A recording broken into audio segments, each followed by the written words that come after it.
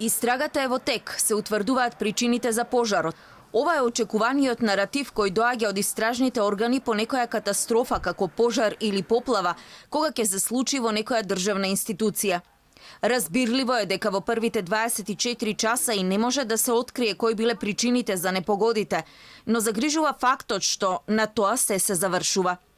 Ке дознае ли јавноста што изгоре во катастрофалниот пожар кој се случи вчера во просториите на Државниот инспекторат за животна средина и дали ќе се утврди што била причината за пожарот. Инспекцијски надзори на ОХИС, контрола на отпадот што влегува во државата, извештај од надзор и контрола за заштита на животната средина.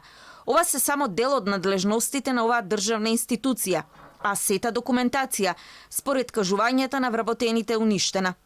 Од Државниот инспекторат денеска нема информации дали е утврдено што се е изгорено и што останало во електронска форма.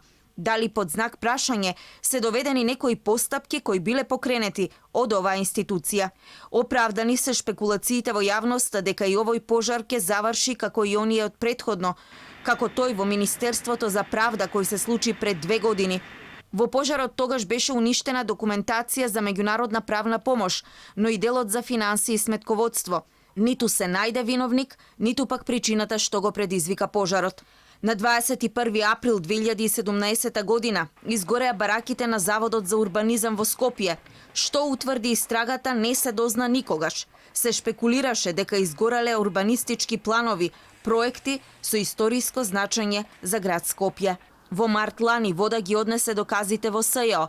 Наводно пукната цевка беше причината за да се уништат документи од постапки кои ги водеше обвинителството на сега обвинетата Катица Јанева. Што точно потона во заборав, не се откри никогаш. Во 2013 година голема огнена стихија ја зафати главната пошта во Скопје.